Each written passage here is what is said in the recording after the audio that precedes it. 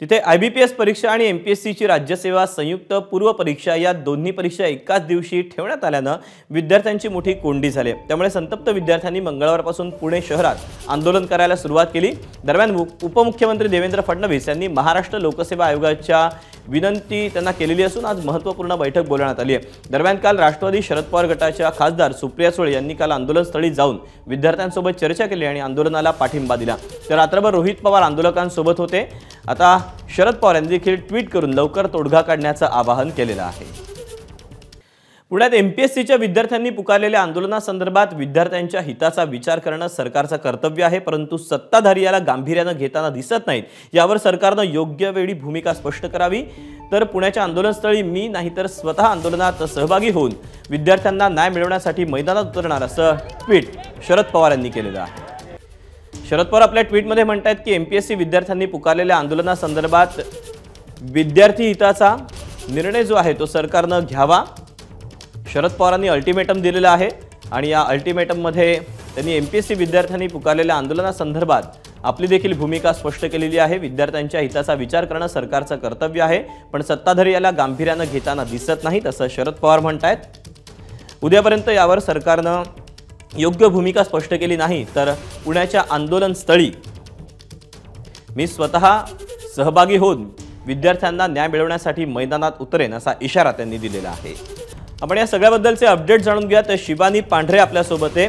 शिवानी, एकीकडे शरद पवारांनी हा सगळा इशारा दिलेला आहे, दुसरीकडे MPSCची बैठक देखील बोलवण्यात आलेली आहे, तर तिसरीकडे विद्यार्थी देखील अजूनही आंदोलनावर ठाम आहेत। नेमकं काय घडतंय या परीक्षेच्या अनुषंगाने? मागील 2 दिवसांपासून अहिल्या वाचनालयासमोर हे असेच विद्यार्थी आपल्याला बसलेले बघायला मिळतात, आंदोलन करताना बघायला मिळतात। त्यांच्या 2च मागण्या आहे, एकतर 25 तारखेची जी परीक्षा आहे ती समोर ढकला आणि 258 ज्या कृषी विभागाच्या जागा आहे त्या MPSC समाविष्ट करून घ्या। या 2च मागण्यांसाठी इथे हे सगळे विद्यार्थी आंदोलन करताना दिसत आहेत। कालपासून अनेक नेते मंडळी इथे येऊन गेले आहेत, यांच्या या आंदोलनाची दखल घेतली आहे। अर्थात आमदार रोहित पवार देखील काल रात्रीपासून या आंदोलनात सहभागी झाले आहेत। रात्रभर त्यांनी देखील या विद्यार्थ्यांसोबत ठिय्या मांडला आहे। जसं आपण सांगितलं की शरद पवारांनी देखील या आंदोलनाला पाठिंबा दिलाय। त्यांनी देखील येत्या 11 वाजेपर्यंतची बैठक आहे त्या बैठकीत या विद्यार्थ्यांच्या बाबतीत योग्य तोडगा काढला नाही तर शरद पवार देखील या ठिकाणी येण्याची शक्यता आपल्याला नाकारता येत नाही। अर्थात त्यांनी जसं त्यांच्या ट्विटमध्ये सांगितलं, आपल्यासोबत रोहित पवार देखील आहेत जे काल रात्रीपासून या आंदोलनात सहभागी झाले आहेत। रोहित दादा, या सगळ्या विद्यार्थ्यांना पाठिंबा देण्यासाठी तुम्ही सहभागी झालाय, तुम्ही मुख्यमंत्र्यांना फोन देखील केला आहे, काय नेमकं आता त्यांचं म्हणणं आहे? मुख्यमंत्र्यांचं कशासाठी थांबलंय हे सगळं? कालपासून अधिकाऱ्यांशी बोलणं होतंय, मंत्री महोदयांशी बोलण्याचा प्रयत्न तिथं झाला। काल एका कार्यक्रमात ते होते, अपेक्षा होती की फोन जेव्हा PAशी आमचं बोलणं झालं सांगण्यात आलं होतं की 20 मिनिटात फोन परत येईल।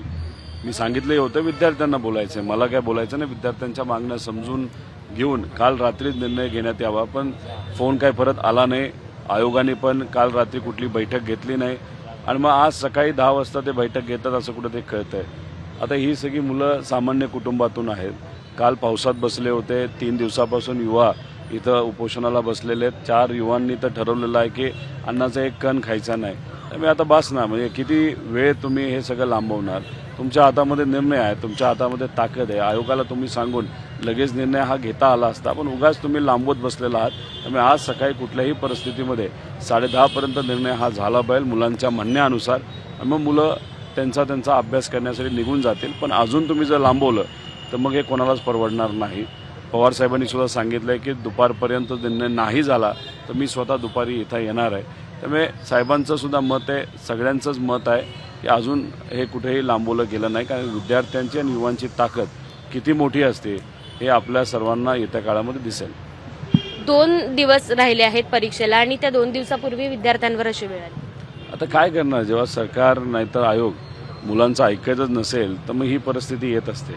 एकतर जो आन्सर पॅटर्न आहे तो बदलत चाललेला आहे। आता यंदा ही लास्ट परीक्षा आहे ज्याच्यामध्ये ऑब्जेक्टिव्ह पद्धतीने उत्तरं देता येतील, नंतर सब्जेक्टिव्ह होणार आहेत। आता मुलांनी गेले 8-10 वर्ष अभ्यास हा ऑब्जेक्टिव्हचा केलेला आहे, त्यामुळे त्यांच्या मागण्या रास्त आहेत आणि 25 तारखेला परीक्षा ही पुढे ढकलावीच लागेल।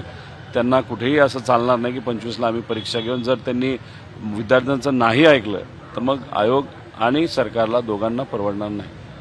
विद्यार्थ्यांचं आणि आमचं म्हणणं जर सरकारने ऐकलं नाही तर हे आयोगाला आणि सरकारला परवडण्यासारखं नाहीये. आम्ही अजून आंदोलन पुकारू असा इशारा रोहित पवारांनी दिलाय. येत्या त्यामुळे काही आगामी तासातच काळामध्ये किंवा आगामी काही तासांमध्ये काय नेमका निर्णय होतो शिवानी, तो पाहणं महत्त्वाचं असेल. तुर्तास धन्यवाद दिलेल्या माहितीबद्दल आणि साधलेल्या संवादाबद्दल. एबीपी माझा, उघडा डोळे बघा नीट.